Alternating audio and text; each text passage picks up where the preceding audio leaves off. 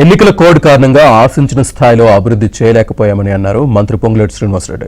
అధికారంలోకి వచ్చి 6 నెలలు అవుతుంటే అందులో ఎన్నికల కోడ్ 3 నెలలు ఉందన్నారు. ఇప్పుడు పూర్తి స్థాయిలో అభివృద్ధిపై ఫోకస్ పెడతామన్నారు.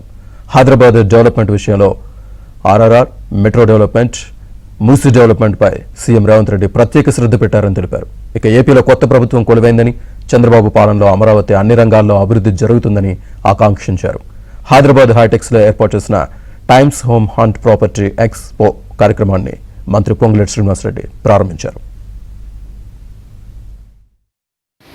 ఈ హైదరాబాద్ కి వచ్చే బెనిఫిట్స్ లో కానీ ఇన్వెస్టర్స్ కానీ భవిష్యత్తులో ఇక్కడ ఈ రాష్ట్ర ప్రభుత్వం తీసుకునే కొన్ని నిర్ణయాలు హైదరాబాద్ డెవలప్మెంట్ విషయంలో ఈ సుందర నగరంగా తీర్చిదిద్దే దాంట్లో అది త్రిపుర విషయంలో కానీ, రీజనల్ రింగ్ రోడ్ విషయంలో కానీ, మెట్రో రైల్ ఎక్స్టెన్షన్ చేసే విషయంలో కానీ, మూసీ ఫ్రంట్, మూసీ రివర్ ని డెవలప్మెంట్ చేసే విషయంలో కానీ,